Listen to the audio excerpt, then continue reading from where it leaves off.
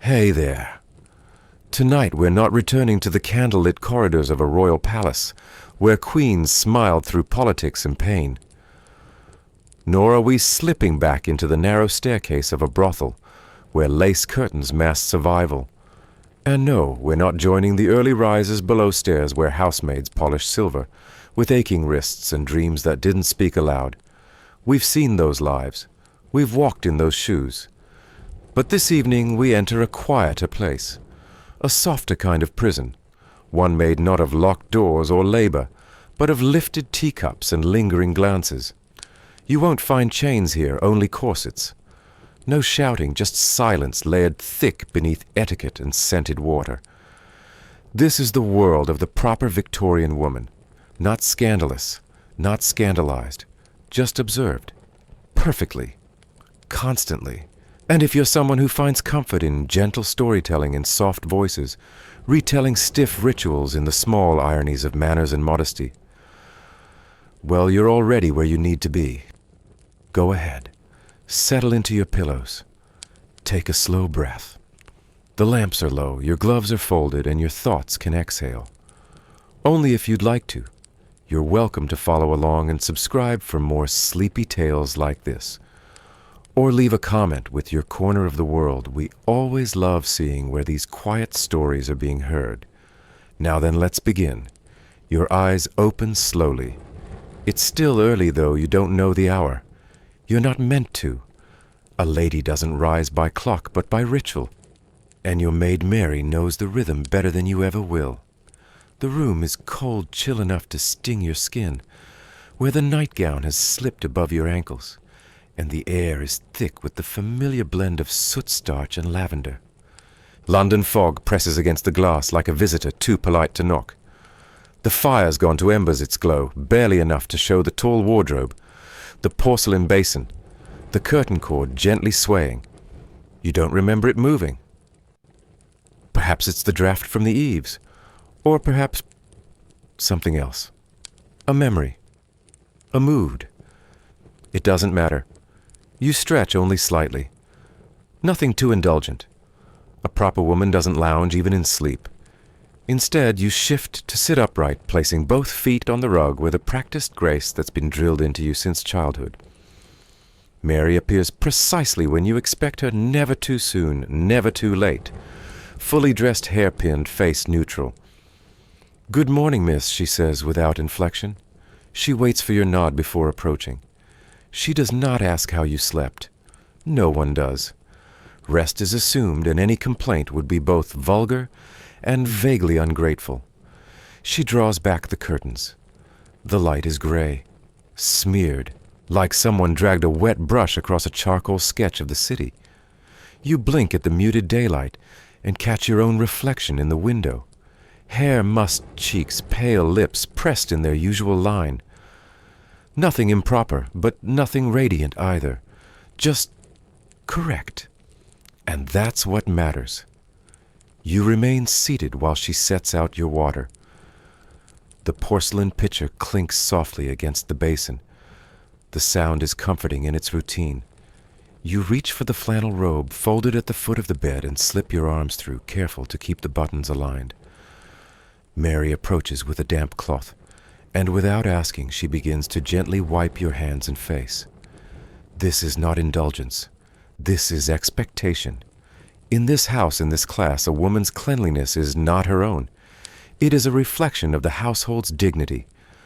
The bell on your nightstand chimes once as Mary rings for breakfast preparation. She then reaches for your schedule, recited from memory. "You have a visit with Mrs. Hartley this afternoon, miss," she says evenly. "And your cousin Emily will arrive for tea at 4. You nod. Of course. These appointments are as immovable as stone. But even before the tea or the visit or the conversation, there is the first and perhaps most important ritual of the day, how you present yourself to the world. And that, of course, begins with what you wear." Mary pulls open the wardrobe.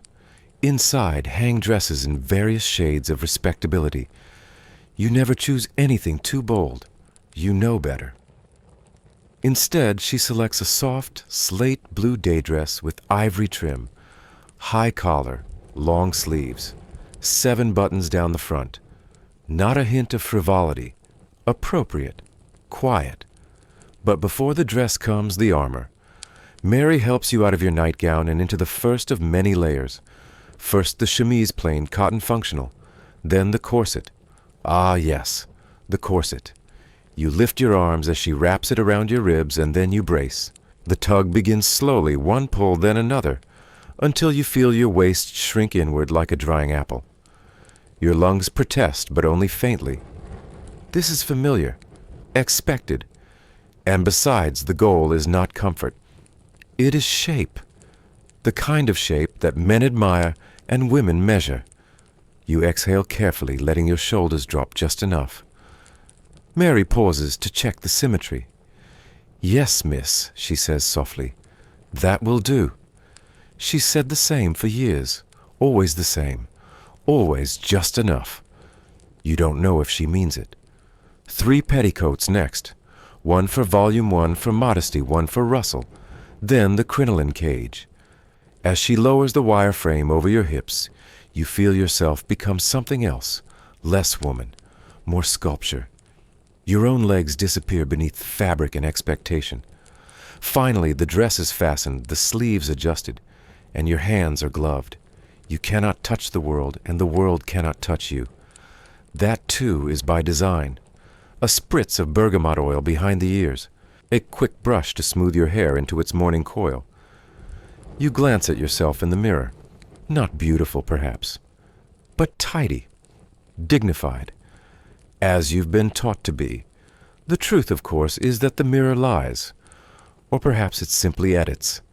It reflects what society allows you to see, not what you feel. What you feel, well, that's another matter entirely. You've long since learned to tuck emotions into sleeves, fold longing beneath bodices, and stitch hesitation into hemlines. Outside, the sound of carriage wheels grates against cobblestone. A dog barks briefly, then not again.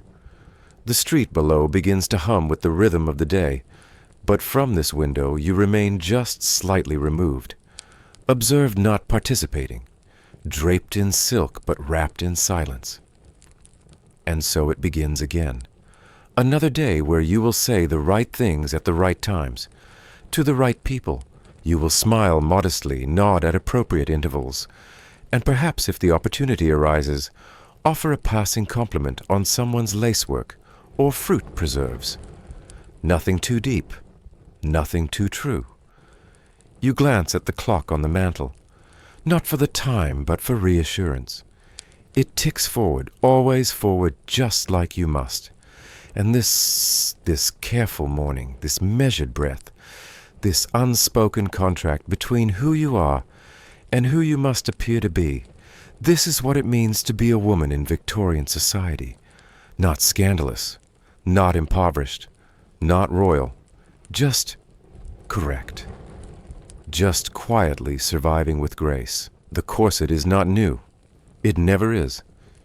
Each morning your maid unlaces the one from yesterday and pulls out today's a fresh shape, but the same demand.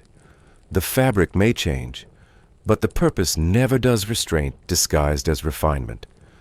She holds it open like a waiting embrace, and you step into it with practiced steps. Arms raised spine straight, already preparing for the pressure. At first it rests gently against your skin, a layer of linen and whalebone, not yet a prison. But then the laces begin to tighten. One tug, then another.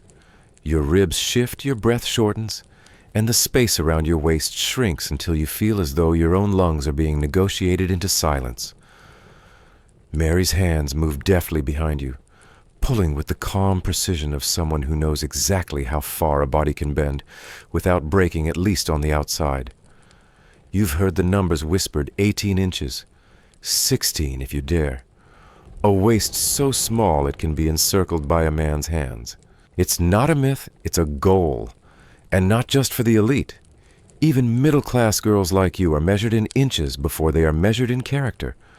A slender silhouette is a social currency, and corsets are the bank vaults. You shift slightly, trying to breathe without looking like you're trying to breathe. That's the real art. You don't just wear the corset, you wear the illusion that it's effortless. You once asked your mother, carefully, respectfully, why women had to endure this daily ordeal. She smiled faintly and said, "Because it's the only way we're allowed to take up less space." You didn't ask again. The corset, of course, is only the beginning. Once it's secured, you move on to the layers that build the rest of your public form petticoats, to create the shape of virtue, a chemisette to hide the shape of anything else. Modesty must be constructed, and the more visible the effort, the more virtuous the result. Your arms are slid carefully into long sleeves, each button fastened at the wrist. Necklines are high, even in summer. No one is to see the delicate skin of your collarbone without permission, unless you're French, of course. But this is London, and in London, propriety is the national pastime. You've learned to live in long gloves and stiff collars, to carry a parasol not just for the sun, but to avoid appearing too available to it. A lady must always exist at one remove from nature, never too warm, never too tired, never too real. Still, it's not all suffering. There is a kind of beauty in the ritual, at least. That's what you tell yourself on mornings like this. The soft brush of cotton against skin, the clinking of hairpins in a china dish, the way your reflection slowly transforms from drowsy girl to poised young woman. It's like watching someone else step into your body, someone more graceful, more acceptable, someone safer. Historians still debate whether Victorian women believed in the system they followed or simply endured it. Some diaries suggest pride in maintaining these strict routines, while others quietly resist between the lines. Either way, what mattered was the appearance, not just that you were upright, but that you were upright by choice. As Mary finishes pinning your hair, she pauses to tuck in a final strand behind your ear. The gesture is gentle, almost maternal. You catch her eyes in the mirror. She doesn't say anything. She never does. But there's something there, a flicker of awareness, perhaps. The unspoken recognition that you are both women, navigating different versions of the same structure. Her corset is her uniform. Yours is your identity. You glance at your waist in the mirror again. It's smaller now, noticeably so. Not enough to cause a stir at a dinner party, but enough that a distant aunt might whisper approvingly behind her fan. And isn't that the whole point? To be noticed just enough, but never too much. Corsets have existed for centuries, but in Victorian society they became more than undergarments. They were philosophy. They were symbolism. They were a daily reminder that a woman's worth was not just in her conduct, but in her containment. The less space you occupied, the more desirable you became. And if breathing became a luxury, well, it was one you could learn to live without. One quirky bit of history in some households. Young girls began waist training before their 10th birthday. They were gently cinched with child-sized corsets at night, not too tight, not too painful, just enough to shape the future. Just enough to prepare them for what society would eventually demand. Like soft clay in lace molds. You take one final breath short, measured, not quite full. Then you nod at Mary. She brings over your shoes, polished to a dull shine, and you step into them carefully. Not because they're fragile, but because you are. Or at least you must pretend to be. Fragility, after all, is part of the appeal. Outside the street, noise has begun to rise. Hoofbeats, wheels, a vendor shouting faintly in the distance. But inside, everything remains muffled, genteel, and precisely arranged. You are now dressed for the day. Not just covered, but sculpted, softened-shaped. You smooth your skirt, lift your chin, and prepare to descend the stairs. Slowly. A proper woman never rushes. She glides with dignity and demureness, and an aching diaphragm. And so, held tight in cotton and steel, you step out into the world, not quite yourself, but close enough to pass. The house is quiet, and that quiet is part of the performance. Silence is the first act in the daily theater of a respectable home. You descend the stairs with care, your hand grazing the banister, only lightly any firmer, and you might leave an impression on the wood, and Propriety prefers women who pass through the world without leaving marks. Your heels land softly on each step practiced, and even in your skirts sway just enough to suggest motion without urgency. A lady is never in a rush. To move quickly would imply that you desire something, an idea far too unseemly before noon. The dining room has already been cleared, of course. Breakfast in respectable Victorian homes is not communal, if one is a young, unmarried woman. Your father has likely finished his morning paper. Your mother already issued instructions to the staff. And the clinking of dishes and quiet murmurs from the servants' quarters are fading into their own rhythm. You are not hungry, which is convenient. Appetite, like ambition, is best kept in moderation. There's a ritual to these mornings, and you follow it faithfully. Before conversation, before correspondence, there is the duty of being seen, properly seen. Today's schedule includes a visit to Mrs. Hartley's drawing room, and your mother is already reviewing your behavior in her mind. She does not speak it aloud. She never needs to. The script was memorized years ago. Your role is not to dazzle or dominate. It is to participate politely, to exist gracefully, and to leave just enough impression that you are remembered, but not so much that you are discussed. You move through the hallway with the quiet glide of someone who's practiced posture more than conversation. The heavy doors, the scent of beeswax polish and coal smoke, the soft creak of the parquet beneath the carpet runner, every sound, every silence is familiar. Comfortable even. A comfort built not from freedom but from predictability. Today is what society calls a morning call, which, as everyone knows, happens in the afternoon. It's one of those Victorian contradictions that has long since ceased to be questioned. A morning call takes place between 3 and 5 o'clock, and it lasts precisely 15 minutes, not 14, not 16. There is no such thing as just one more minute in polite society. Time, like appearance, must be controlled. As the clock strikes 2:30, your mother descends to meet you, already dressed in her visiting ensemble. Her expression is composed but alert. She casts a discreet glance at your gloves, your bonnet, your hemline. No comments. That's good. It means you've met expectations. Your visiting card is already tucked neatly in its silver-edged case. It bears your full name, neither embellished nor abbreviated, and is printed in pale gray ink on ivory cardstock. No flourishes, no borders. Anything more would be ostentatious. In this world, understatement is the highest form of self-expression. The two of you step into the carriage. Your driver nods silently. The horses clop forward, and the city unfolds in slow motion through the small window. You pass a vendor selling handkerchiefs, a child chasing a hoop, a gentleman tipping his hat to a nursemaid. All ordinary, all orderly. London, for all its chaos, knows how to behave when you're looking. As you approach Mrs. Hartley's home, your mother offers one final glance, the kind of look that carries both trust and command.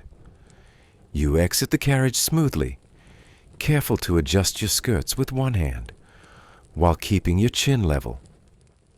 A proper lady always dismounts with grace, even when the pavement is uneven or the sky threatens rain. The butler opens the door before you can knock. He is dressed in mourning gray, and his eyes barely meet yours. He accepts your visiting card with a small bow and disappears silently. Moments later, you're ushered into the drawing room, where Mrs. Hartley is seated near the window, surrounded by cushions and lace, and the faint scent of rosewater. She rises slightly, never fully, and greets your mother with a nod, and you with a smaller one. You curtsy, just enough. Any deeper, and it would seem affected. Any shallower, and it would seem dismissive. She gestures to a chair, one of the smaller ones less upholstered.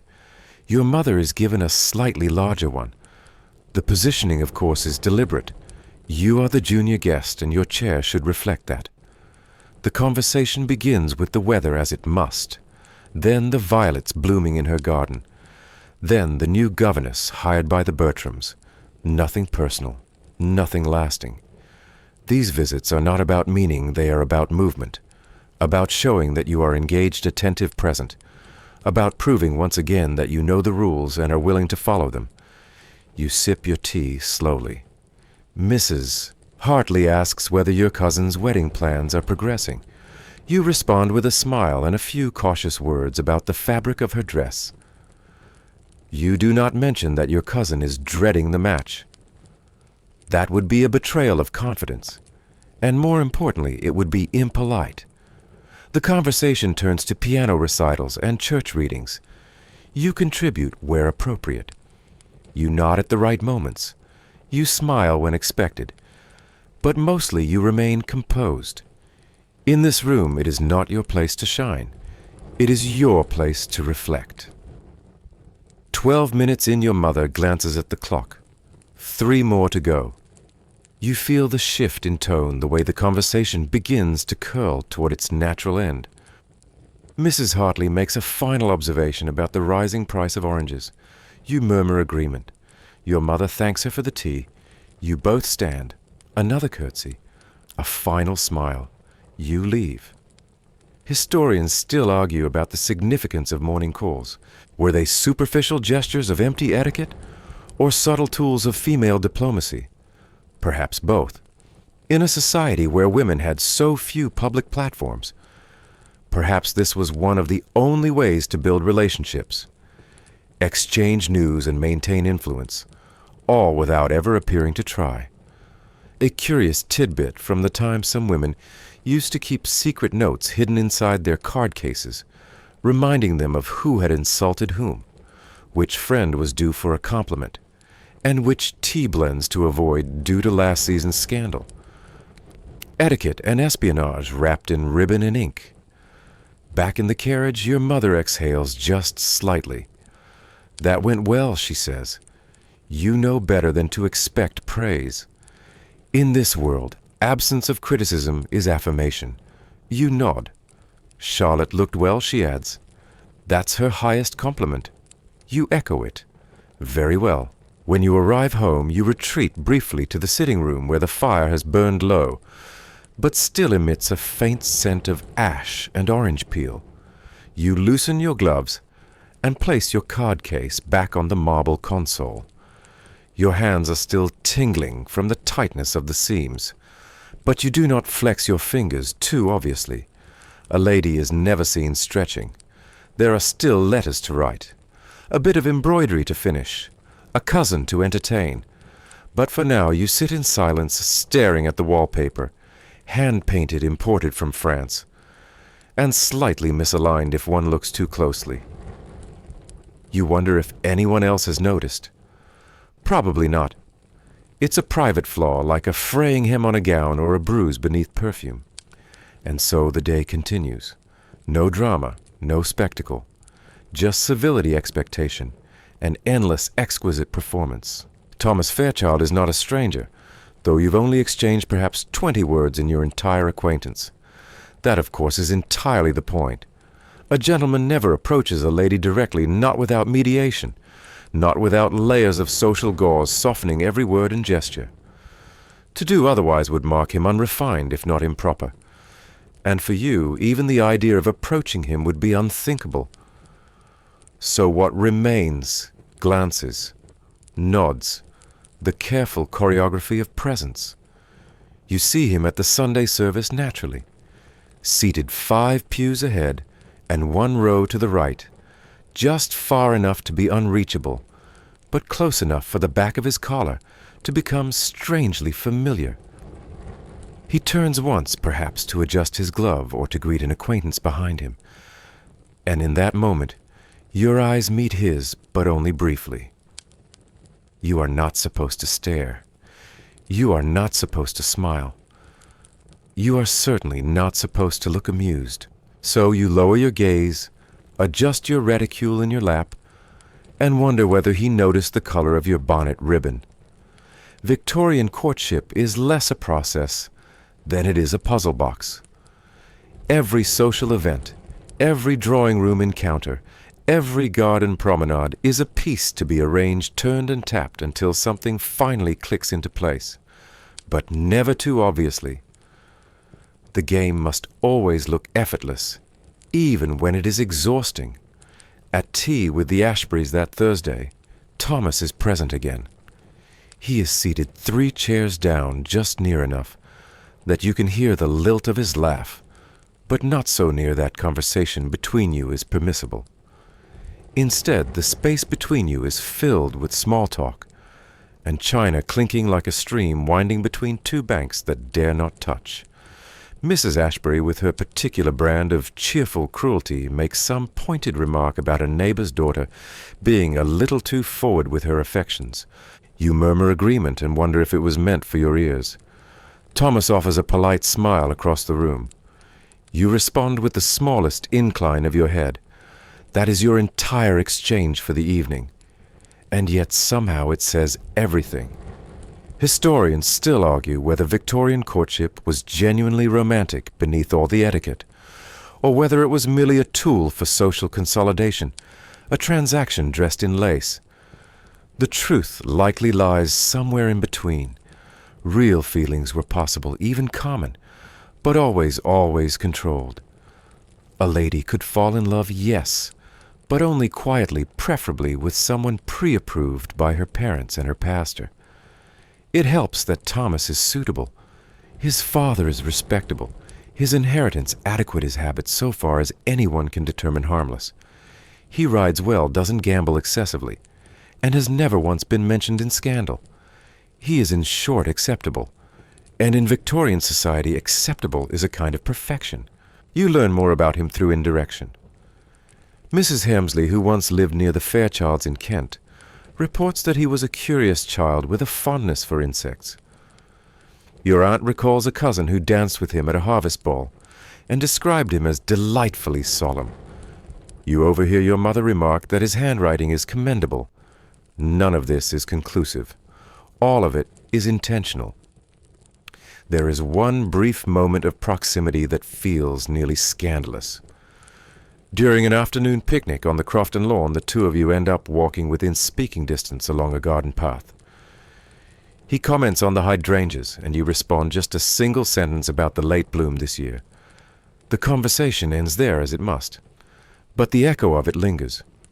In private, you practice what you might say if more words were allowed.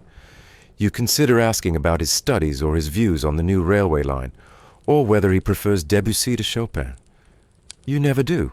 Instead, you content yourself with knowing the exact shade of his cravat, and wondering whether he noticed the book you were holding. A quirky tidbit from the era some young women were known to press dried flowers into the pages of books they knew a gentleman would borrow as a covert signal of interest. Others devise secret codes and embroidery patterns, tiny symbolic knots stitched into handkerchiefs, visible only to the most observant eyes. Courtship was an art form practiced with thread petals and half sentences. You are not sure whether Thomas would notice such signs, but you suspect he might. And then one day he sends his card. Not to you, of course, to your father. It arrives folded, bearing his initials and nothing else. Inside is a request, a polite inquiry as to whether he might call upon your family for a formal visit. The response is yes, but no date is set immediately. It would not do to appear too eager. Your mother begins to observe you more closely, checking your posture during music lessons, adjusting your shawl before you enter a room. Your father becomes marginally more tolerant of your presence in the parlor after supper. You are being prepared. On the day of the visit, Thomas arrives at precisely 3 o'clock. You are not the one to greet him. That is your father's privilege. You wait in the drawing room, seated with your embroidery, your needle trembling slightly in your fingers. He enters, bows, sits. You rise curtsy. Words are exchanged, simple, formal, practiced. Tea is poured. You hand him his cup without spilling a drop. Your mother remarks on the weather. Your father mentions a recent article on agricultural yields. Thomas responds with an opinion about the new tariffs. You nod at all the right places. There is nothing romantic in the words, and yet your heart hammers as if you were reading poetry. No one leaves the room. Of course not. Unchaperoned time is for the married. But you feel somehow that something important has been exchanged. A kind of promise. Not in words, in presence. That evening, you sit at your writing desk and open your diary. You write only one line. Mr. Fairchild called today. He did not mind the tea being slightly cold. It is in your quiet world an extraordinary admission. Later, you reflect on the rules that shaped the entire encounter. How they hemmed you in, yes, but also gave you a language, a structure. Like a waltz, elegant, controlled, impossible without practice. You think perhaps that he danced it well. The parlor is dim, the curtains drawn against the afternoon sun, and the piano keys cool beneath your fingers. Wait patiently for you to begin. Your gloves are off, of course. You've learned by now that no true lady plays Chopin with silk between herself and the ivory. Your posture is straight back on bending elbows, hovering just so. But your thoughts are not entirely with the music. They flicker instead to the guests behind you, seated neatly on embroidered chairs, murmuring in polite appreciation. This isn't just a recital. It's a trial. Music in Victorian society is not merely entertainment. It's proof. A young woman's performance on the piano harp or even voice is treated as a public resume stitched together in quarter notes and half rests. You are not playing to dazzle. You are playing to reassure. To confirm that you have taste moderation and enough discipline to master a sonata without any emotional outbursts. You begin with something light, perhaps a bit of Mozart. Not too passionate. Beethoven would be too bold for a first impression, and anything modern is entirely out of the question. Your hands move easily, though your heart thuds with every pause between pieces. Behind you, conversation continues in whispers, teacups clinking gently. You don't need applause. In fact, too much would be considered vulgar. A simple nod from Mrs. Langley, the widow in green lace, is more than enough reward. You finish the first piece with a soft chord and a pause just long enough to show composure, not nerves. And then comes the part you dread more than any arpeggio, the compliment round. You rise curtsy and return to your seat. But now the music has become a subject of discussion, and you by extension are too. Mrs. Ashbury leans slightly toward your mother and says, "Such a delicate touch. Very accomplished." She says it in a tone that is warm but clipped, not overly impressed. No threat. You smile politely as expected. The word accomplished is a double-edged compliment in this world. Praise for your effort and reassurance that you know not to try too hard.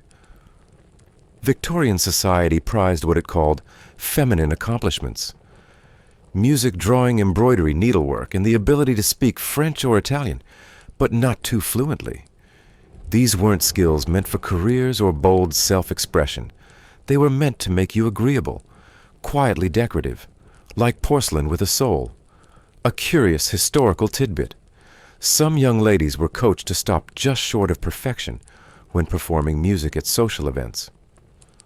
The idea was to seem capable, but not competitive, to display talent, without threatening the pride of male guests, or overshadowing one's siblings. One flub note in the right place could do more social good than an entire flawless concerto. Thomas is there too. He doesn't speak to you directly, of course, but you catch him listening, one hand resting absently on the armrest eyes. Not quite fixed on the piano, but not entirely elsewhere either. It's unclear what he thinks. You hope you looked composed. You hope he doesn't notice your palms were sweating against the keys. Historians still debate how much power these accomplishments really gave women. Some argue they were a gilded cage distracting from more substantive education or intellectual pursuits. Others suggest that in a world of limited public influence, these decorative arts became subtle channels of communication and self-worth.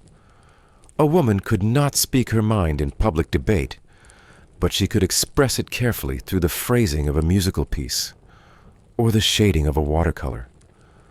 Later that evening, back in your bedroom, you sit by the window, with the lamp turned low. You practice the second piece again, this time without an audience. You allow your fingers to linger longer on certain keys, adding flourishes you wouldn't dare perform in public. The notes feel warmer now, less rigid. For a few minutes, you're not being evaluated. You're simply playing. But the moment passes. Your maid knocks gently to remind you about the dinner bell, and you close the lid of the piano with a soft click. There will be other performances, other teas, other glances from across the room that say, "She plays well enough." And you will continue to practice because that's what's expected. Because like everything else in this life, even joy must be practiced with restraint. Tomorrow you're expected to accompany your aunt for an afternoon visit with the Howards.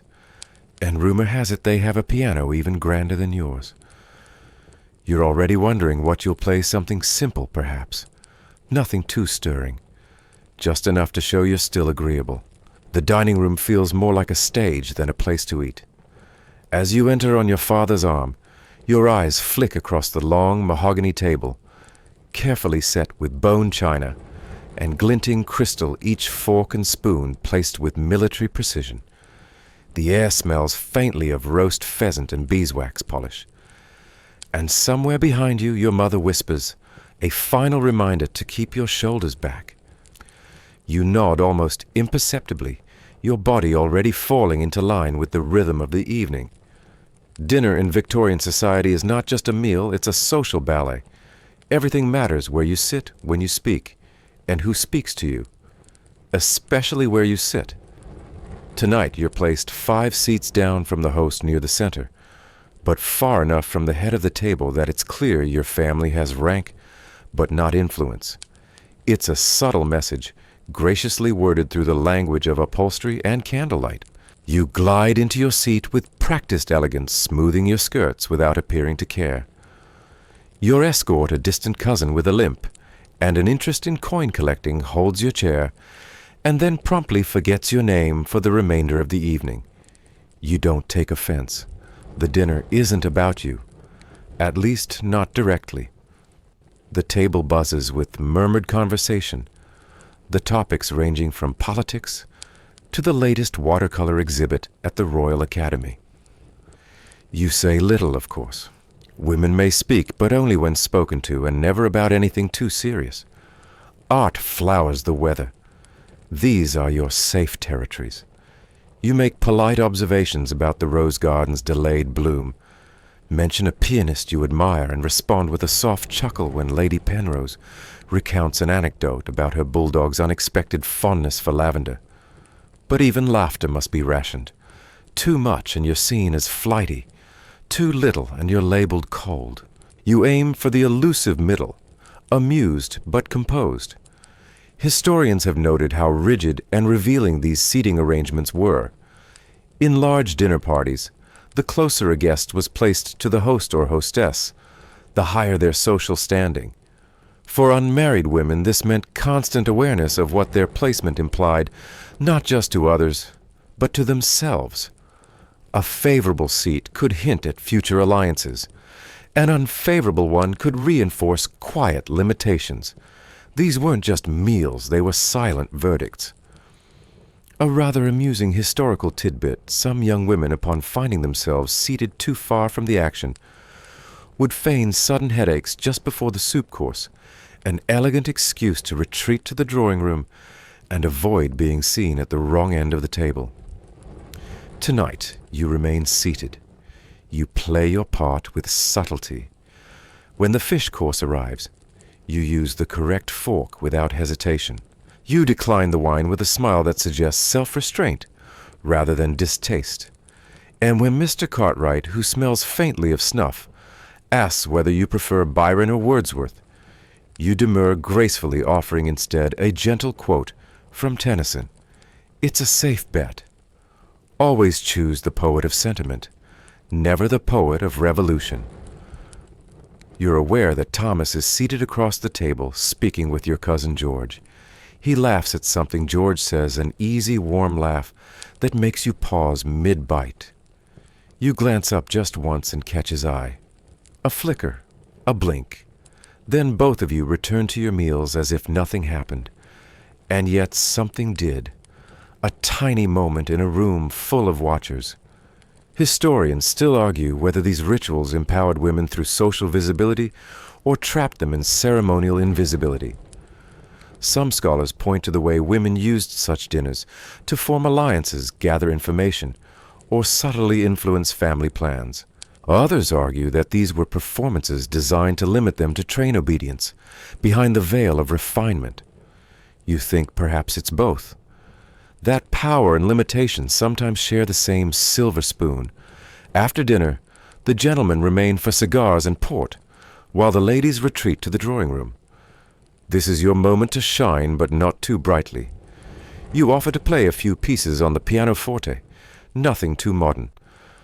You ask about Lady Penrose's garden nod thoughtfully as she extols the virtues of composting with tea leaves, and subtly redirect Miss Hargrave when she veers toward gossip.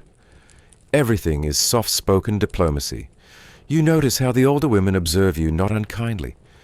They measure you not just by your gown or your complexion, but by your patience, your conversational poise, your ability to steer a room without steering too obviously. You realize that you are not the guest.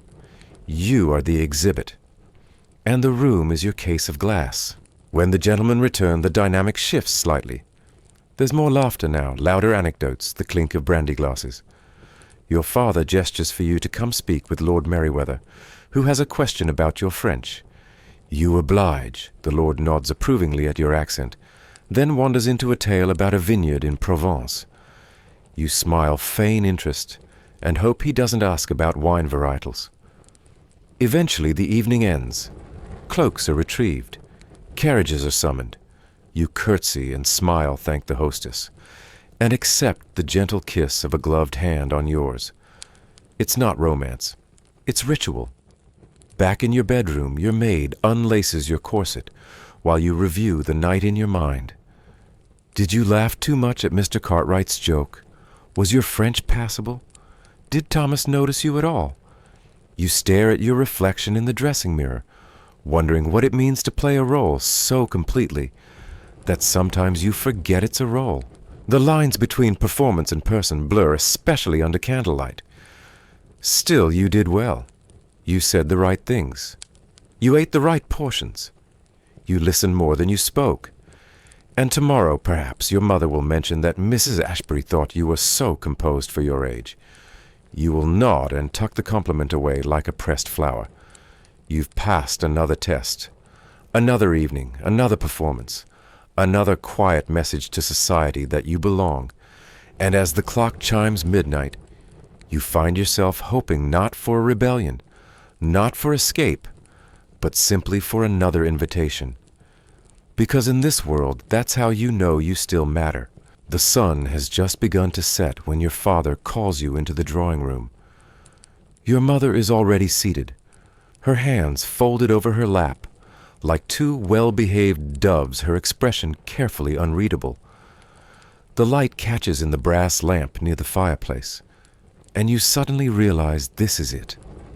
The moment you've been anticipating with equal parts dread and curiosity. A proposal has come, but it's not quite what you imagined. There are no flowers, no bended knee, no music or moonlight. Just Thomas Fairchild standing a few paces from the hearth, looking nervous but steady. He's wearing a fresh cravat. You notice absurdly that he's also polished his boots. You are not left alone together, of course not. The drawing-room door is ajar as it must be. A half-open door means propriety. It means no scandal. It means that while you may exchange thoughts, glances, maybe even intentions, nothing improper will be said, and certainly nothing improper will be done. Thomas asks your father for permission to court you, and your father listens, then nods, asking a few polite but pointed questions about income land prospects. You remain seated, hands clasped tightly in your lap. Your voice is not needed here yet. You're a guest at your own future. When your father finally turns to you and says, "What do you think?" It's both an invitation and a signal. This is your moment to appear grateful, but not too eager, hopeful but still modest. You glance at Thomas. He smiles just slightly. You smile back just slightly. You murmur, "I would be honored," or something similarly neutral. And that's enough. No declarations, no drama. Just mutual understanding wrapped in velvet politeness. Victorian courtship was a public-private performance. Proposals, especially among the middle and upper classes, were rarely intimate. Families were deeply involved sometimes, orchestrating matches as though they were delicate mergers. Love could be present, but it was often the bonus, not the goal. A fascinating historical tidbit in some cases, women were not permitted to accept a proposal directly. They would instead whisper their approval to their father or guardian, who would then relay it to the suitor. Even one's own affections were filtered through hierarchy. In your case, Thomas is invited to return next week for tea, supervised, of course.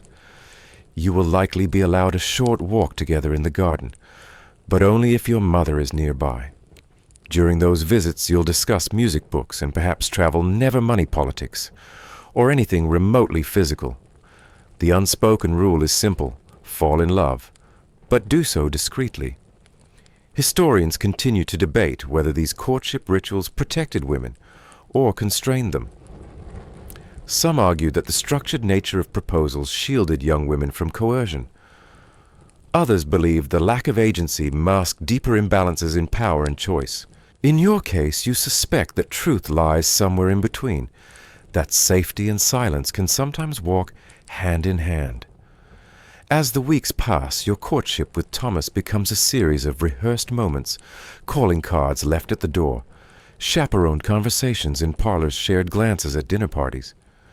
You begin to know each other not through confession, but through constraint. He notices when you switch from lemon to mint tea. You notice that he always begins reading the newspaper with the political column, then skips the fashion section entirely. These small observations become your intimacy. There is a moment, weeks later, when your gloved fingers brush as he hands you a book. Neither of you speaks of it, but the warmth lingers. Eventually, the formal proposal arrives, this time in writing. A letter folded, precisely delivered by hand. He has spoken with your father, obtained the necessary blessings, and now at last addresses you directly. The letter is tender, respectful, cautious. He asks not just for your hand, but for your patience, your companionship, and the chance to grow into affection. You read it twice, then again. Your reply is also written, though of course you share it with your mother first. She approves the tone, adjusts a phrase or two, and only then do you seal it with your initial. The engagement is announced discreetly. A notice in the newspaper, a few congratulatory visits. No fanfare. But when Thomas visits again, he is allowed to sit closer. You are allowed to speak more freely. He tells you about his plans for a small estate near Surrey, about the pear trees he hopes to plant. You nod, smile. You tell him you prefer daffodils. One day, he asks if you'd like to visit the church where your wedding will be held. Your mother joins, of course. But during the walk, there's a brief moment when she lingers behind to examine a patch of moss on the stone wall. And in that moment, Thomas reaches gently for your hand, not in possession, not in conquest, but in quiet offering. You let your hand stay in his just long enough for him to understand. Back at home, you find yourself humming a melody you once played on the pianoforte. It's softer now, slower, a private version of something once public. Your engagement will be short, your wedding modest. But in the restraint of this world, you've learned to find meaning in the smallest gestures. The courtship was never yours alone. But this quiet trust, this shared glance across a half-open door feels like it might be. The morning of your wedding is cold, but not unkind. Pale sunlight filters through the heavy drapes, and your bedroom smells faintly of lavender water and starch. The maid moves quietly around you, laying out garments in a ritual you've rehearsed so many times in your head that it now feels curiously detached, like watching someone else's life unfold. Your wedding dress is simple by design. Cream silk, modest neckline, long sleeves trimmed in lace so delicate it looks like frost. Queen Victoria's choice to wear white decades ago, once so scandalously plain, has now become the standard for middle and upper-class brides. But even if your gown were blue or gold, the ritual would remain the same. You are not meant to dazzle today. You are meant to behave. As the final buttons are fastened and your veil pinned in place, your mother steps back to examine you. She says very little. Her silence is both approval and farewell. You're leaving her world, crossing into another.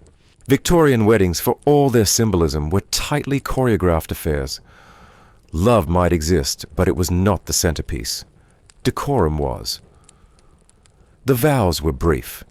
The readings conservative, the guest list meticulously pruned. No grand ballads, no dramatic speeches, no sweeping kisses at the altar. The church expected restraint, and society expected even more. You ride to the church in a small carriage with your father. The silence between you is not awkward. It's ceremonial.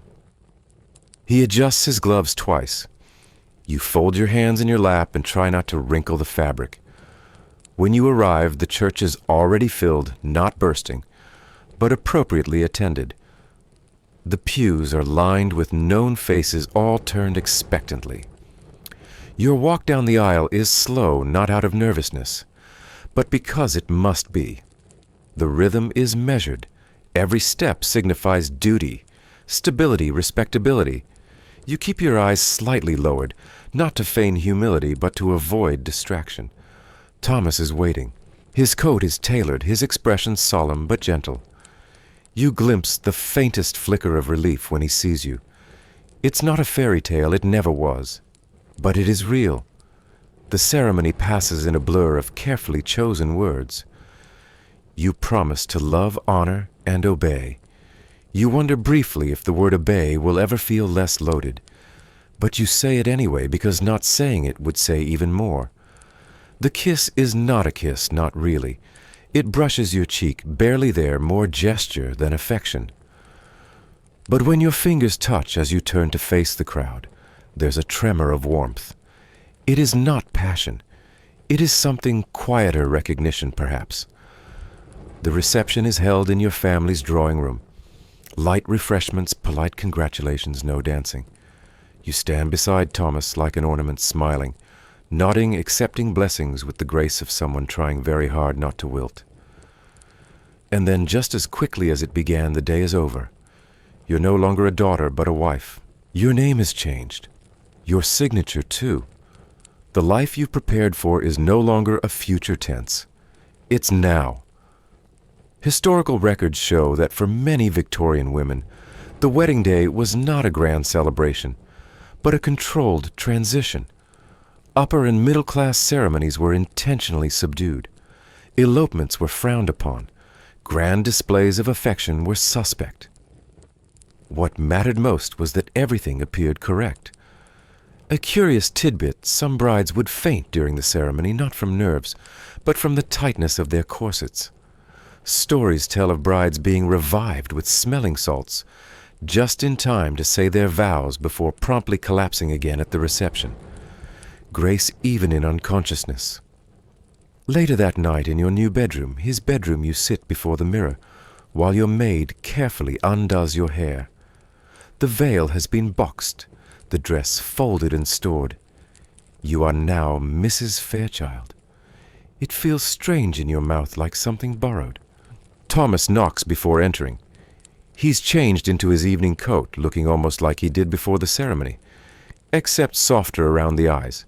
You exchange a few quiet words about the guests, the food, the flowers. You both avoid the subject you're most aware of. Because in this world, even intimacy is a ritual. There's no passionate embrace, no candlelit declarations. There's conversation, a brief touch of hands, a moment, where your fingers rest together on the armrest of the settee. Eventually you excuse yourself to bed. He remains for a time, then follows. And that is enough, for now. Historians still debate whether Victorian marriages of this kind were colder, or simply more composed than ours. Some argue that emotional expression was just hidden, not absent that behind the stiffness lay real affection built slowly through years of shared rhythm. Others suggest the weight of propriety stifled love, before it had a chance to breathe. You don't yet know which is true, but as you lie beneath crisp new linens, listening to the faint creak of the house settling around you, you think about your mother's quiet eyes, your father's silent approval, and Thomas's careful smile. You think about the rules you've followed, the glances you've learned to read the lines you've never crossed, and you realize something simple but vast. Every woman you've ever known has carried a version of this same quiet script, played her part, worn the right gown, spoken the right words, endured the same polite expectations. Some found comfort in it, others longed for escape, but all of them lived inside it. Now it's your turn. And as your new life begins, you sense that every woman everywhere carries her own quiet version of this script. The echo of church bells in Victorian London fades. And now you find yourself walking through stone corridors, in the humid air of 12th century Angkor capital of the Khmer Empire. The scent of lotus blossoms hovers in the stillness, and your bare feet glide over smooth, sun-warmed sandstone. The silence here feels different, thicker, almost sacred. And though the city hums with life outside these temple walls, your world as a noblewoman is one of restrained grace and invisible presence. You are born into a powerful family landowners, perhaps priests or distant relatives of the king. Your father's status secures your place among the elite, but it also prescribes your future with surgical precision. You are taught from childhood to keep your eyes lowered and your hands folded.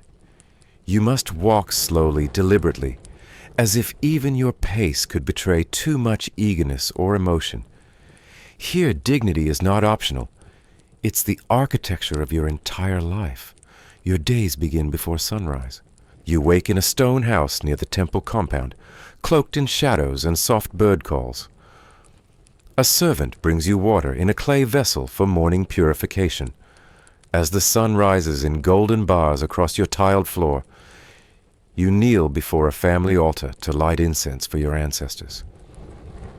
The smoke curls upward, carrying prayers you've memorized by heart, but never dared question. By mid-morning, you accompany your mother and aunts to the temple. You are dressed in a silk sampot, dyed a deep maroon and wrapped tightly around your waist. Gold armlets glint against your skin, and your hair is pinned with fresh blossoms. You do not speak unless spoken to. You offer flower garlands at the feet of Vishnu, and leave sticky rice wrapped in banana leaves at the altar. You know which gods to greet with bowed heads, and which with clasped palms. But this piety is not performative. It is your language, your space, your inheritance. The temple is your quiet stage, and within its rituals you are both visible and erased. As a noblewoman, you are taught the arts not for personal expression, but for the maintenance of your household's prestige. You know how to dance, not like the professional apsaras whose fingers flutter through court performances, but with enough grace to host visiting dignitaries. You can weave cloth recite classical poetry and calculate seasonal calendars based on the moon's position. And most importantly, you manage offerings, those precise exchanges of fruit coin and saffron that keep the wheel of cosmic reciprocity turning. Outsiders may think your life is small, but you know better. Your household depends on your foresight.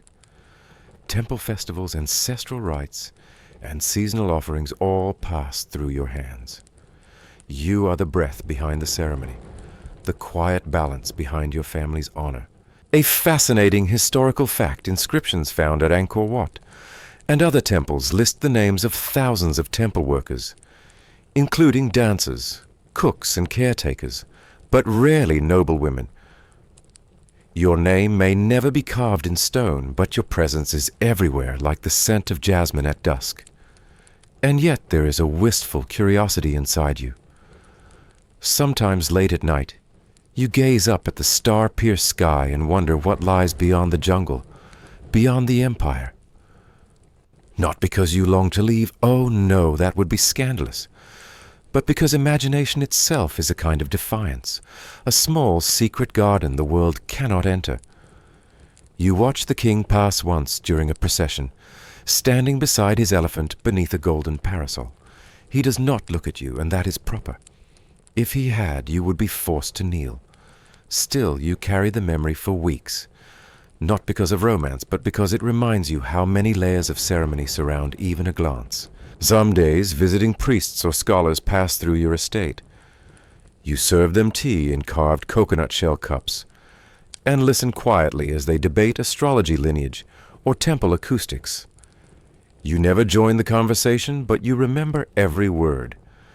Your mind is a sealed scroll, carefully unrolling only in silence. Historians debate how much agency Khmer noblewomen truly held. Inscriptions suggest women could own property direct land use, and even sponsor temples. Yet their personal voices remain absent from official records. Were they quietly powerful or quietly constrained? One quirky tidbit: some temples featured sacred pools reserved for women, where water was believed to hold purifying or even prophetic power. You once dipped your fingers in such a basin. The water was cool, the silence complete. No one asked what you saw there, and you never told. As monsoon season approaches, you help your family prepare for the great festival honoring the rain gods. You oversee the drying of rice, the folding of hundreds of lotus leaves, and the perfuming of ceremonial cloths. At the temple, you place a golden bowl at the base of a statue. Inside is a single perfect mango, wrapped in red silk. You've done this since girlhood, and you will do it as a mother, an aunt, perhaps an old woman sitting with stories folded like sarongs at her feet. And each time the silence will return, not empty, but full of memory. Your influence is not shouted. It moves through channels carved by custom and time. And even if the world never carves your name into sandstone, you remain etched into the rituals, the scents, the gestures passed from hand to hand. Yours is a life woven not in thread but in echoes. And so you rise once more at dawn. Your bare feet meet the floor with a soft sigh. Outside, the temple bells begin to ring. You adjust your silk wrap, light your incense, and step into the morning not to be seen but to hold everything in place. The temple bells of Angkor have faded, and the air is thinner now, crisp, dry, and humming with altitude. You're standing high in the Andes, beneath a sky so sharp it almost stings your eyes. The stone beneath your feet is warm from the sun, and the vast terraces of Cusco unfurl like stepped green ribbons into the horizon. You are a young woman in the Inca Empire, the daughter of a noble lineage known as the Panaka, and obedience has been the cornerstone of your existence from the moment you took your first breath. You live in a world where the sun is not just a celestial body. It is a father, a ruler, and a god. Inti, the sun god, watches everything. His gaze is reflected in golden masks, in sun discs mounted on temple walls, and in the respectful way you lower your eyes when addressing your elders. The Sapa Inca, considered Inti's son, rules not just with might, but with sacred legitimacy. And that legitimacy extends to your household, where even a whisper out of place could be perceived as disharmony in the divine order. Your mornings begin early, often before dawn. You rise from a bed woven of llama wool and step into your sandals made from soft fiber. You wrap yourself in an akala garment, finely spun, brightly dyed its weave, as symbolic as it is beautiful. Your hair is braided tightly and ornamented with small silver pins, each one a marker of your status. And you move through your home with quiet purpose, for silence is a virtue here. Words like coca leaves are to be chewed slowly. You are not raised with the idea of independence. You are raised to serve your family, your gods, and your empire. And that service is seen as noble, not oppressive. At least that's what you're taught.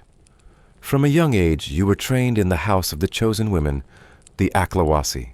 There, alongside other girls selected for their beauty and bloodline, you learned ritual weaving sacred chants and how to prepare chicha corn beer for offerings. The walls of the Aklawasi were high and windowless. Life was quiet, disciplined, and scented with maize flour and incense. You were told that some of you would marry nobles. Others would become priestesses. A few, if chosen, might be offered in symbolic sacrifice to the gods. It wasn't frightening, not exactly. It was simply the world as it was explained to you, full of purpose, of cosmic reciprocity. To give one's life to Inti was not loss. It was glory. Eventually you returned home now with the skills to manage a noble household. Your mother praised your discipline. Your father nodded in approval. And though no one said it aloud, everyone began to speak of matches. Strategic ones, with families who could offer land military alliances or a stronger connection to the priesthood. You listened. You did not protest. In this world, protest is like stepping out of rhythm in a sacred dance, visible and shameful. Still, your days are not joyless. There are feasts after all, festivals tied to the solar calendar. Inti Raymi, the great celebration of the sun's rebirth, is your favorite. You help prepare the ceremonial bread and place golden ornaments at the feet of sun idols. You dance in line with dozens of others, arms raised to the sky, your feet striking the earth, in perfect unison. For a moment, under that searing sun, you do not feel constrained. You feel connected. One historical fact that scholars agree on Inca society was built on an intricate system of reciprocity. Nobles gave offerings and loyalty to the Sapa Inca, and in return they were granted land and protection. Women, too, played a vital role in this cycle. Noble women were often married off to form alliances, but they also managed estates, oversaw production of textiles, the empire's gold, and maintained spiritual order through ritual. But there is little record of your personal voice. Most chronicles were written by outsiders, Spanish conquistadors and friars who neither spoke Quechua nor understood its worldview. They describe your world in the language of empire, not intimacy. They write about conquest, not community. And your life, complex as it is, becomes a footnote. One curious tidbit, it said that the finest garments produced by the Aklawasi were not worn but buried with kings, with idols, or sometimes burned in rituals. Months of work reduced to smoke. Yet the act of creation was never wasted. It was devotion. As a young wife, now you live in a stone compound near the plaza. Your husband is a military officer, often away but respected. You oversee dozens of servants and keep track of tribute paid in cloth maize and labor. You host visiting officials and offer coca leaves in ceremonial bowls. You do this all with poise, because to falter would shame not only yourself, but your entire lineage. And sometimes you do wonder, what might it feel like to laugh too loudly to speak your thoughts before being invited to walk out alone beyond the compound walls? You don't dare. But the thoughts arrive anyway, like birds at your window. You shoo them away with a smile. Historians continue to debate how much freedom noble Inca women truly held. Some argue that women's roles were more balanced than in contemporary European societies. Others point out that women were frequently used as pawns in political and religious strategies. The truth likely lies somewhere in between. Your obedience was both honored and expected, your intelligence acknowledged, but never allowed to shine on its own. Still, you find meaning in the cadence of your days. You teach your daughters the same chants you once learned in the Aklawasi. You guide their hands as they weave patterns of llamas, condors, and suns into vibrant cloth. You tell them stories not of rebellion, but of resilience, of Pachamama, the Earth Mother, who listens even when no one else does. And in the quiet of the courtyard, as the shadows grow long, and the smell of roasted maize drifts through the air, you rest your hands on your lap and gaze at the mountains. They have been here longer than kings, longer than temples, longer than questions. You live within rules carved into stone, and still, like the river that cuts through the valley below, you find your own path. Subtle, patient, steady. Now the jagged peaks of the Andes fade behind you, replaced by the soft curves of mist-covered hills and tiled rooftops. The air smells of osmanthus and ink. You are in Song Dynasty China, sometime around the 11th century, in a scholar official's residence nestled within the bustling city of Kaifeng. The world around you is composed of quiet, order stone walkways, swept clean each morning, silk screens painted with plum blossoms, and the steady rhythm of etiquette guiding every breath you take. You are a daughter in a well-to-do household, and your entire life is wrapped quite literally in propriety. You wake early as always to the sounds of servants stirring in the courtyard. Your embroidered blanket slides off as you rise always from the left side of the bed. Never the right a habit taught from girlhood. Your hair is brushed and twisted into a neat coil secured with a delicate silver pin in the shape of a crane. A maid helps you dress in a robe of pale green silk, the sleeves wide the fabric, whispering as you move. Even your posture is practiced back straight steps, gliding head slightly lowered.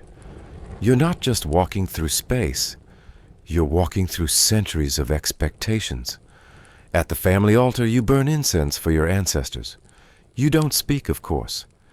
Everything, your bow, your silence, your stillness, is part of the ritual.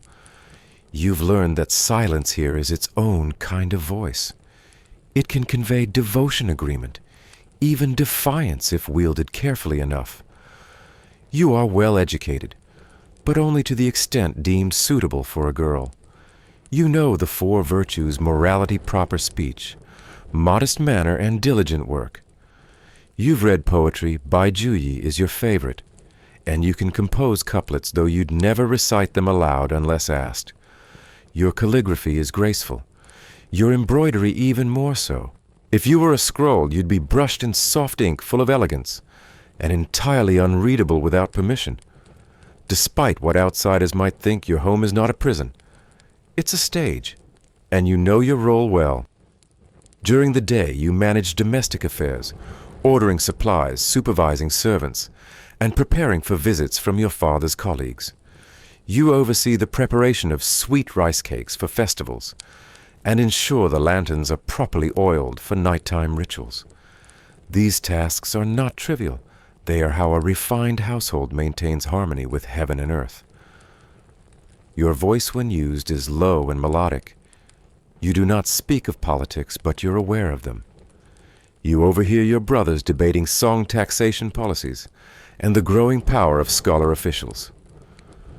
You file away their arguments in your mind, not for gossip, but for understanding the tide you must swim within.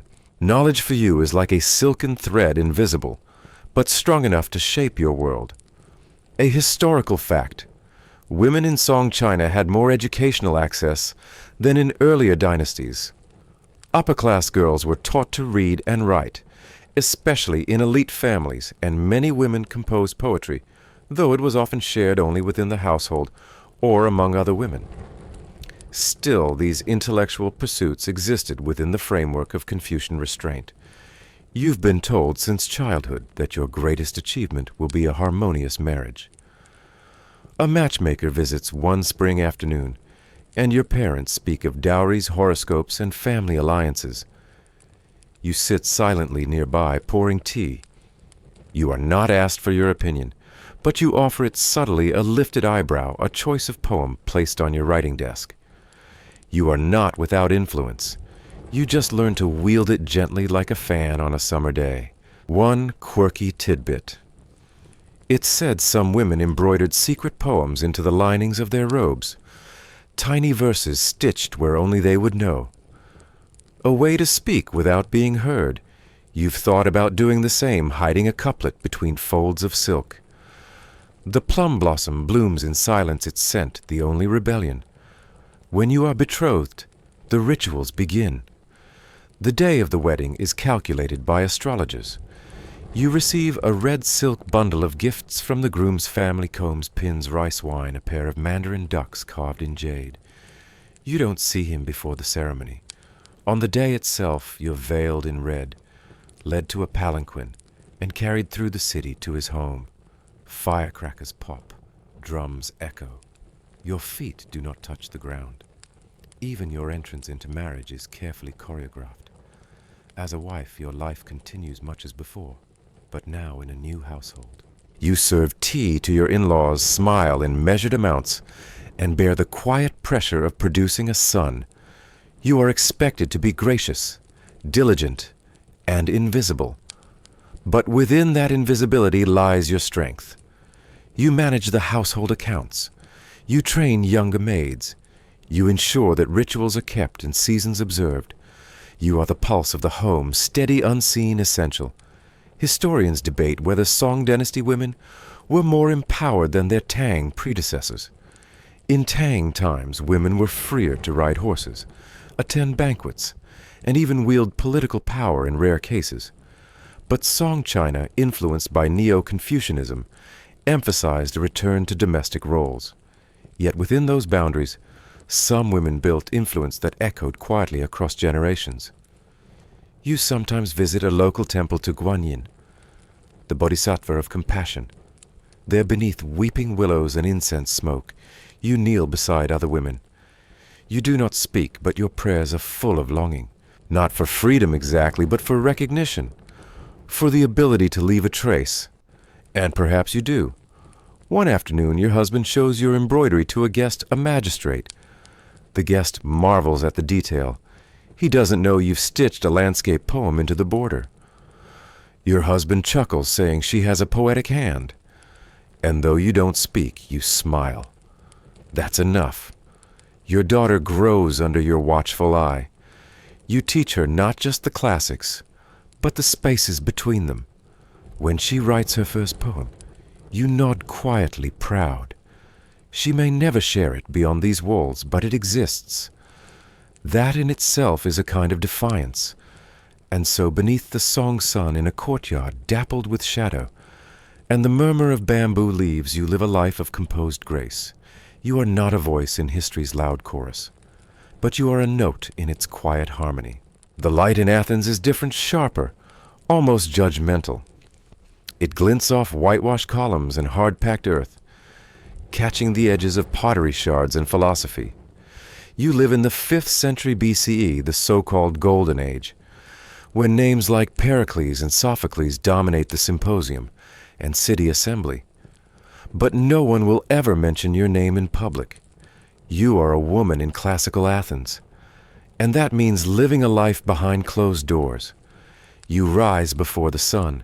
The walls around you are thick, holding in the night's heat, holding out the world. The room you share with your children smells faintly of olive oil and wool. Your husband sleeps in the andron, the men's quarter. This division is more than architectural. It's social doctrine carved in stone. Men occupy the public realm, debate trade politics, while you belong to the oikos, the household. And your entire value from girlhood to widowhood is measured by how well you maintain it. The house is quiet at this hour. You slip on a chiton simple linen, belt it at the waist, and begin your routine. First, the hearth you stoke yesterday's embers with olive twigs, coaxing them back to life. Then you prepare bread, grinding barley by hand while the children sleep.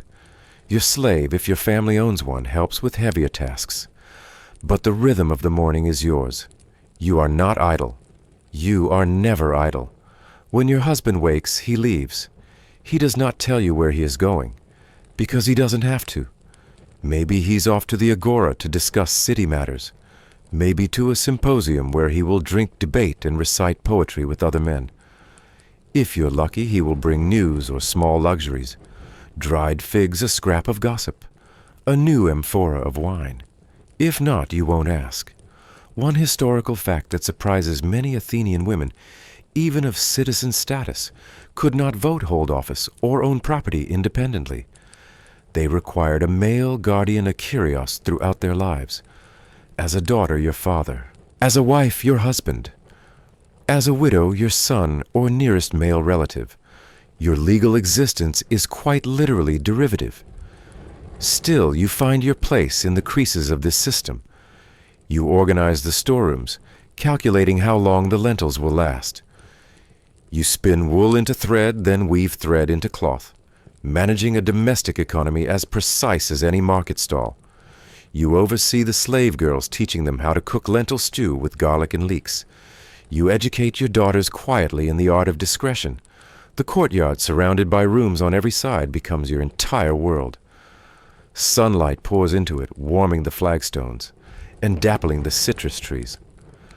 This is where your children play, where you beat rugs and hang laundry, where you whisper with neighbors across walls. You do not walk alone in the streets except for religious festivals or funerals. And even then you're veiled.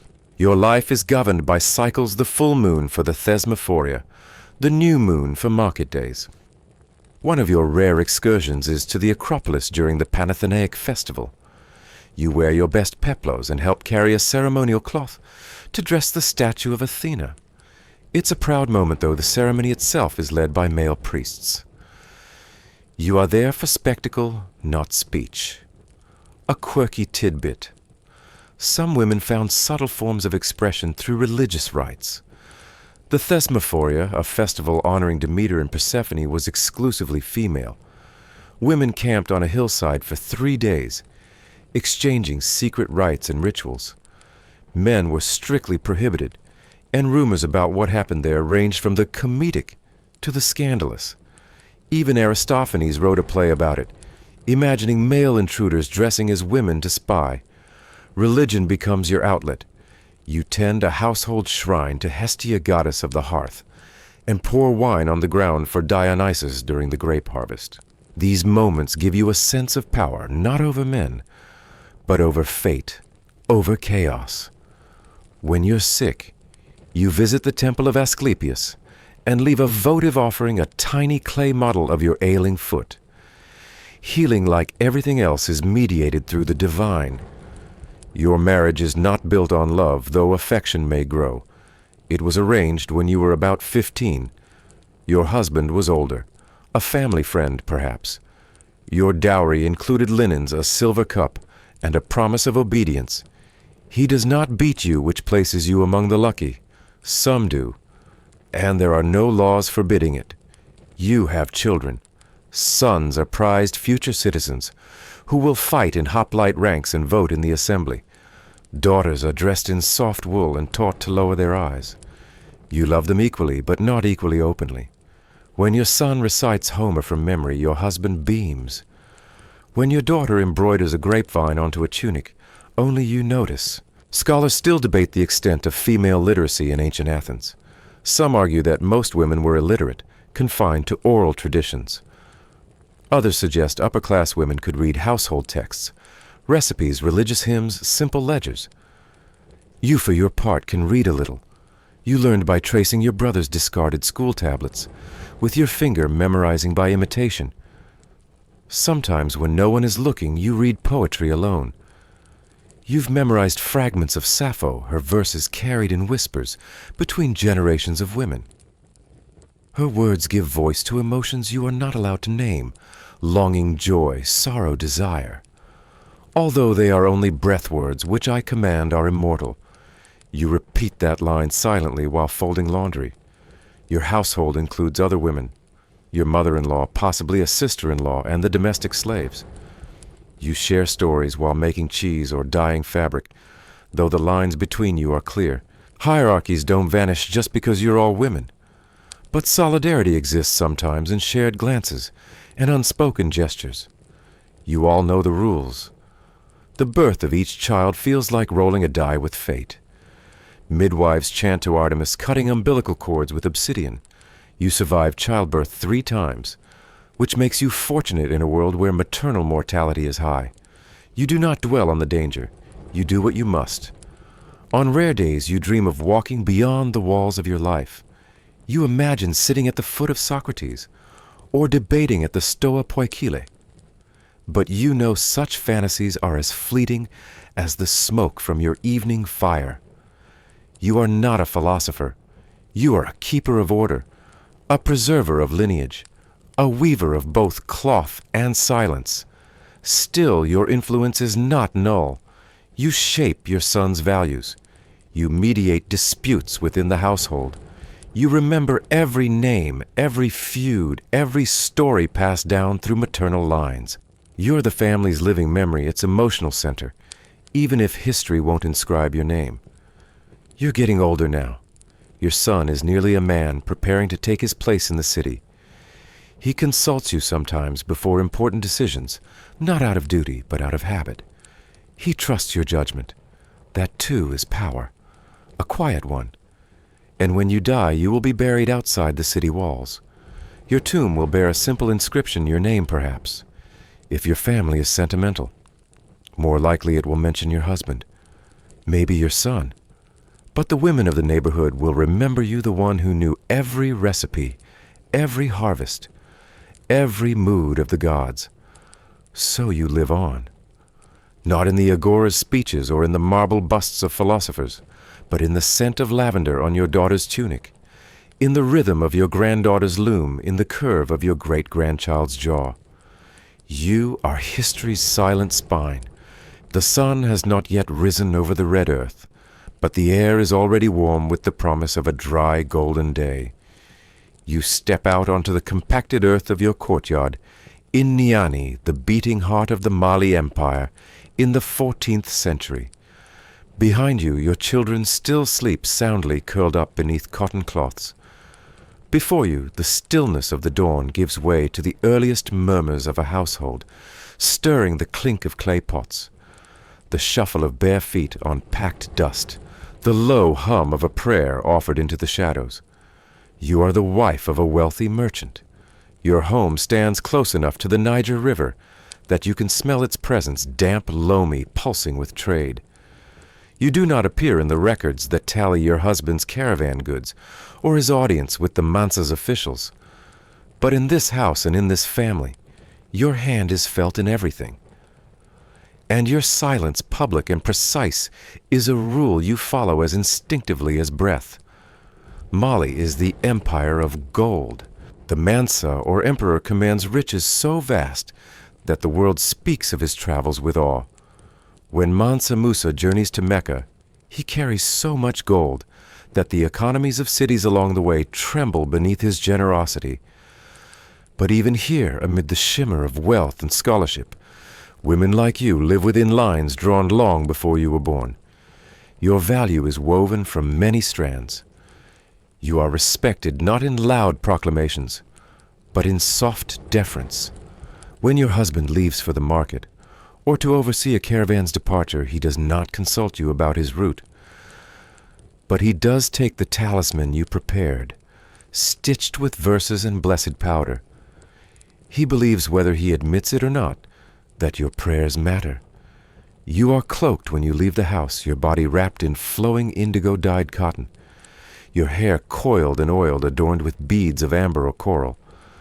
You walk slowly with your eyes lowered through the inner alleyways to visit your sister or pay respects to an elder woman. Public life is not forbidden to you, but it is shadowed, veiled by layers of expectation, caution, and pride. Your movements are your own, yet they pass always within the silent agreements that hold your world together. A surprising historical fact. Women in the Mali Empire could own property and engage in certain forms of trade, especially within the household economy, though their public roles were limited by Islamic norms, increasingly woven into court life in many communities. Women still retained economic agency, passing down land and business skills to daughters managing inheritance with quiet skill. Your home is your palace, though it lacks columns or guards.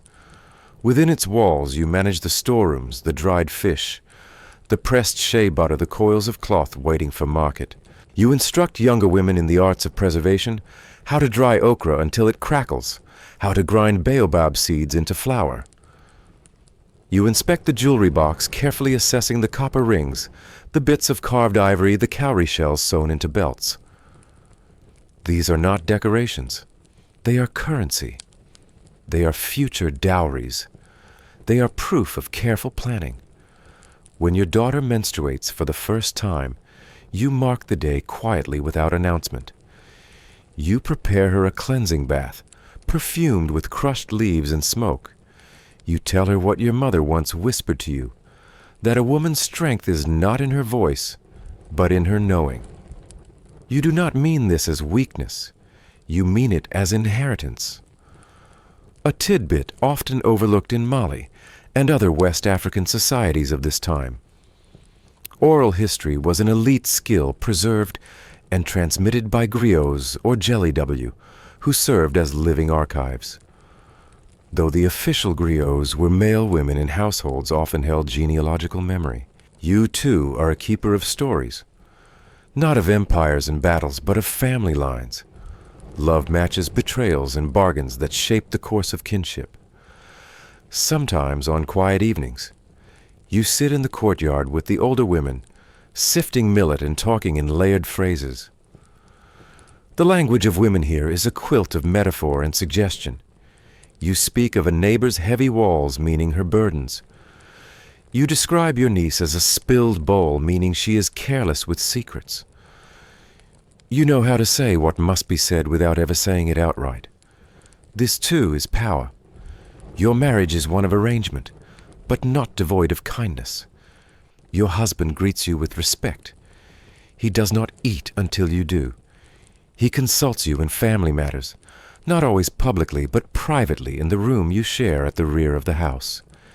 He asks what you think of a suitor for your cousin.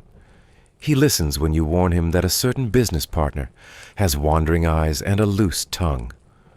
He does not speak of your wisdom outside these walls, but he follows it more often than not. Historians still debate the full extent of women's influence within the Mali court. Written Arabic sources like those from the traveler Ibn Battuta often reflect outsider biases, minimizing or romanticizing women's roles. Yet archaeological and oral evidence suggests that women wielded influence in domestic, spiritual, and economic spheres, often through networks invisible to male scribes. The town bustles during market days. You do not sell at the stalls, but you prepare your goods meticulously. The dried hibiscus petals, the fragrant shea butter, the cloth bundles stitched with blessings they bear your touch. Your youngest son carries them to the market square under the watch of your eldest daughter. She has learned already how to haggle in silence, how to speak with her eyes and bargain with a pause. You teach your daughters to be dignified. You teach them that wealth is not in how much one shows, but in how much one can conceal. You teach them to braid their hair tightly, to walk, without rushing to keep their voices low, but their ears open. You are not raising girls. You are raising future guardians of lineage. At the mosque, your prayer is separate. You bow behind the screen, your forehead pressed to the mat, whispering invocations that are as old as the sand beneath your knees. You pray not for glory, but for health, for peace, for patience. You recite the verses you know by heart, and let your thoughts wander to your daughter's betrothal, to the grain stores, to the crack in the northern wall of the courtyard. You must mend before the rains return. You remember the time your cousin fell ill, and it was you who summoned the healer. You remember sitting beside her with a calabash of water, repeating old chants while the fever raged.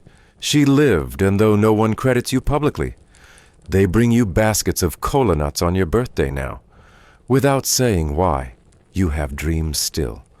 Dreams of Timbuktu and its libraries of the Quran, written in gold leaf of desert caravans returning with strange tales and strange fruits. You will never see those places, but you feel their weight in your daily life, in the coins your husband brings home, in the cloth patterns influenced by foreign traders, in the new phrases your children bring from the madrasa. You grow older but not smaller. Your role expands as your children leave, as your nieces and nephews seek your advice, as other women ask your blessing before journeys. You no longer do all the work. You orchestrate it. You no longer rise at dawn every day. You sit in the shade and watch others do what you once did. You are not idle. You are still the sun around which this household turns. And then one evening, as the sun slips behind the horizon, and the air cools into that soft hum of crickets and closing shutters, you hear the storyteller at the square.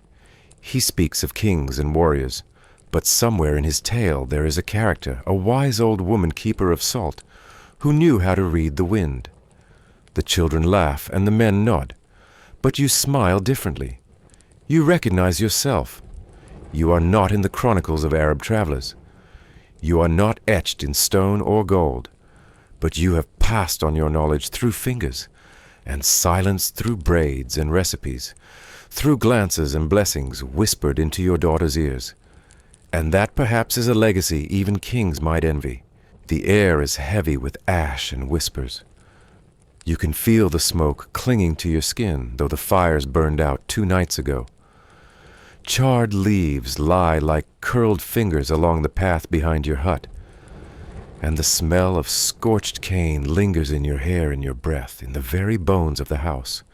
You are in Saint-Domingue, the island that will one day be called Haiti, during the early years of the revolution around 1793. But you don't call it a revolution. Not yet. For now, it's just a rumble, and you are trying desperately to stay quiet in the middle of it. You are a woman in your mid-30s, maybe older. No one remembers for sure. A mother, a widow, a house servant, turned rebel quartermaster, turned back again.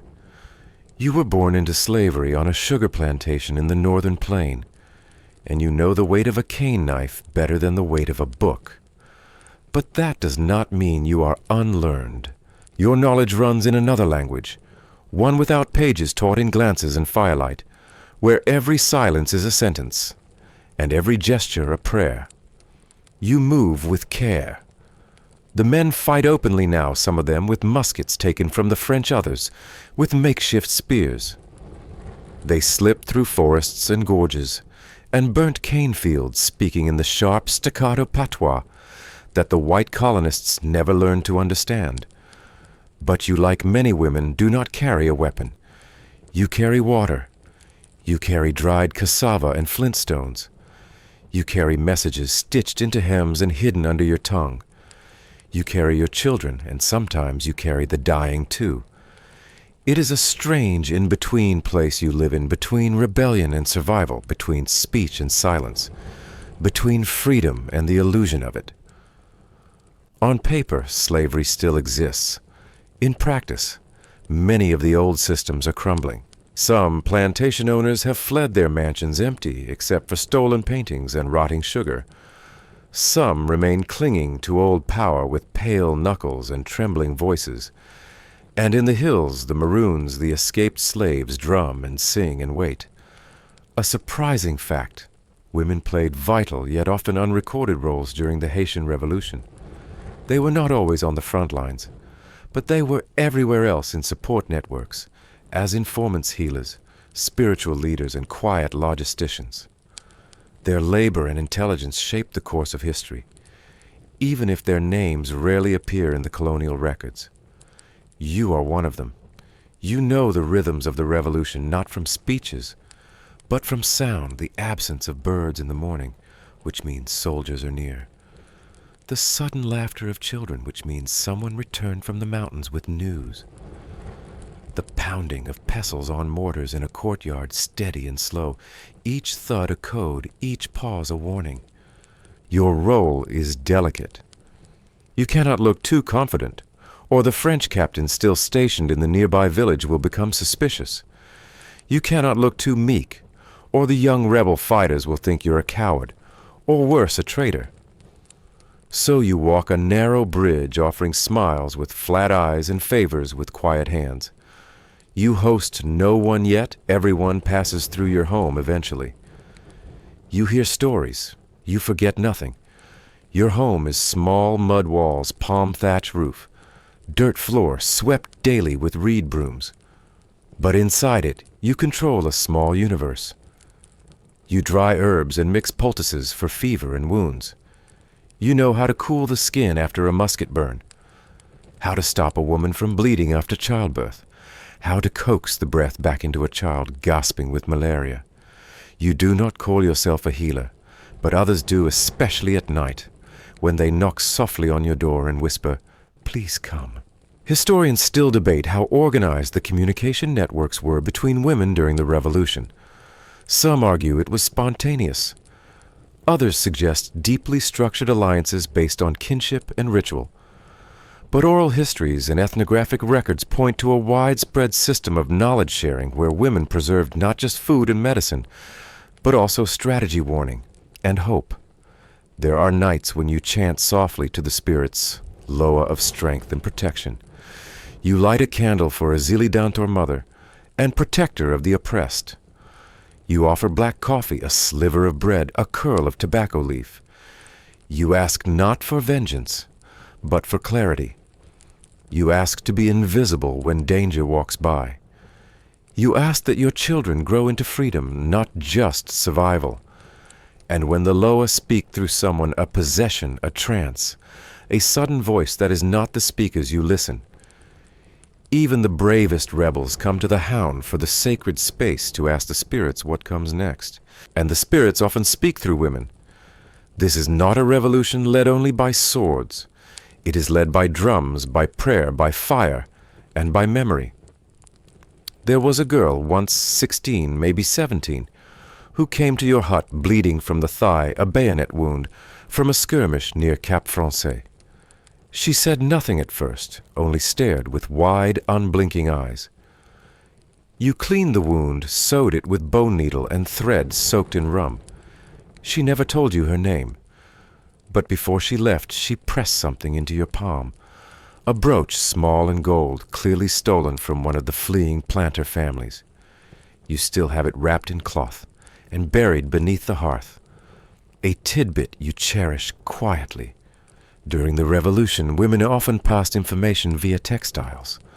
Certain knots in headscarves arrangements of laundry on lines, and even embroidery patterns, could encode messages understood only within the community.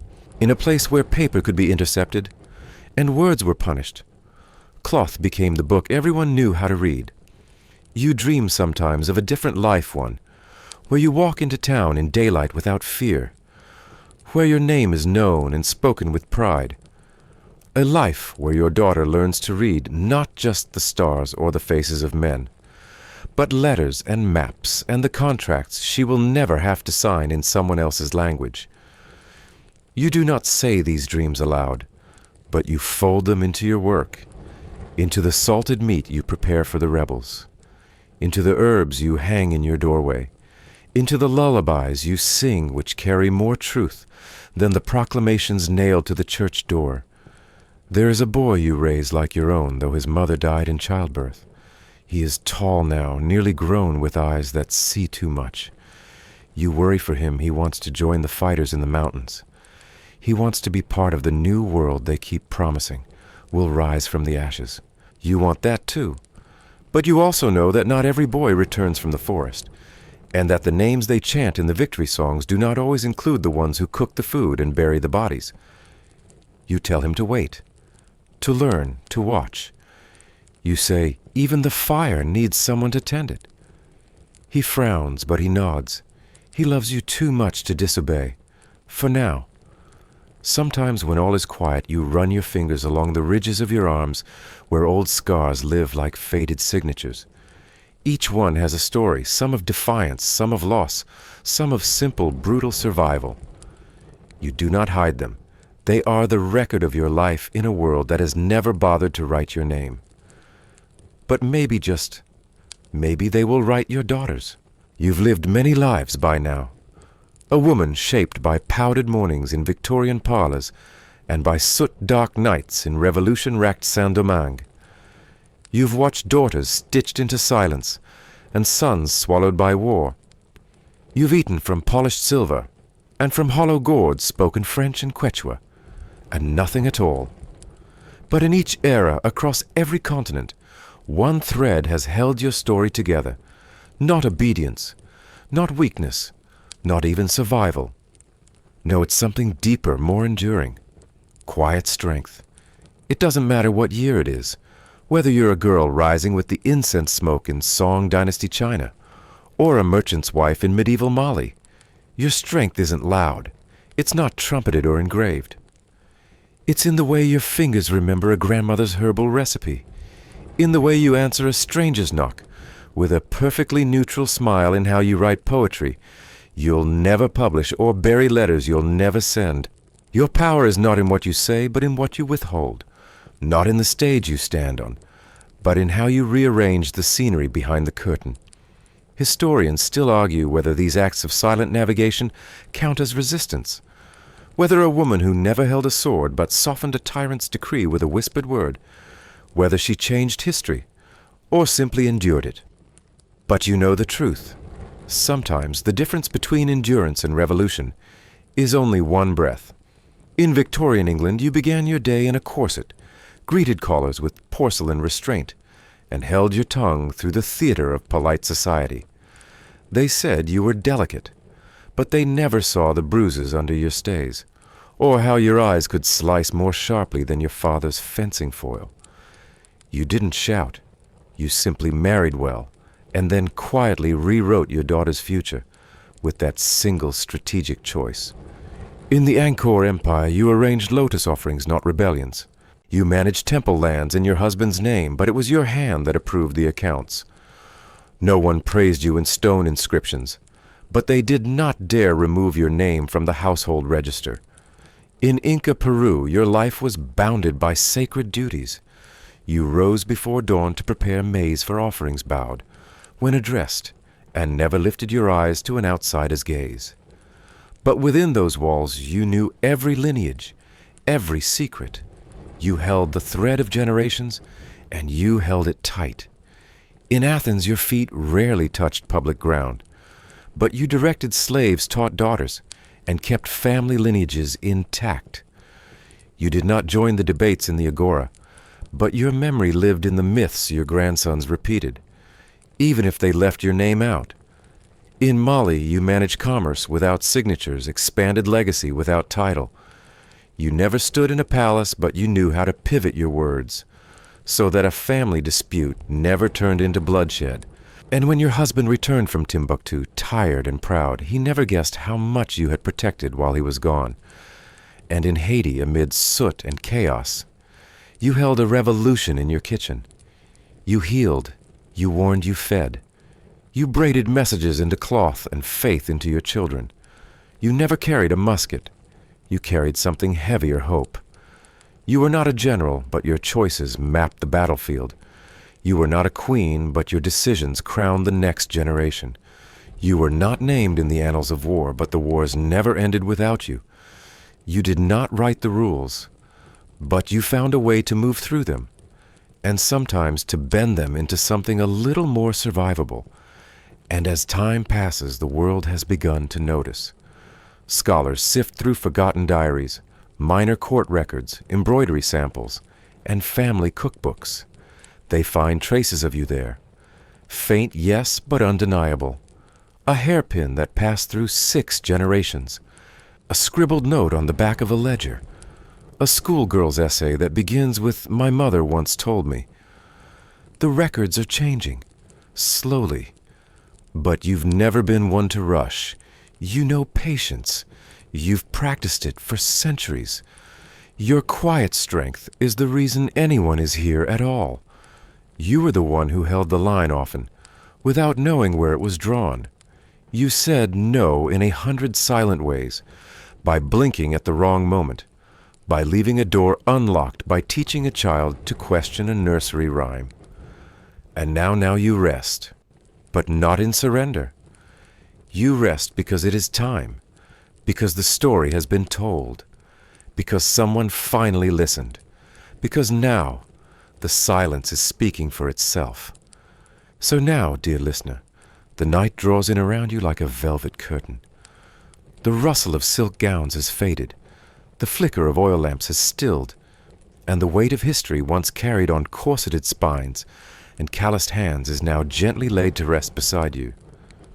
You've walked through centuries in soft slippers, treading the hushed corridors of power and pain, of ritual and resistance.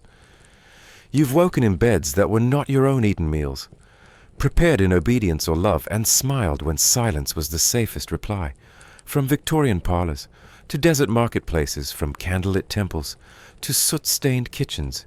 You've carried the burden of every unwritten rule, every unseen expectation. But here in this quiet space between day and dream, you can let it go. No more curtsies to perform, no more eyes to avoid, no more steps to measure. Just you and breath and the soft memory of all the women who came before you, who lived, endured, whispered, and in their own way reshaped the world. You are safe now. The rules are folded away like yesterday's lace gloves. The stories rest beside you, warm and familiar. You've earned your sleep. You've heard the echoes of strength that never needed a name. So close your eyes, let the quiet hold you, and drift gently into dreams where every woman's voice is heard. Sweet dreams.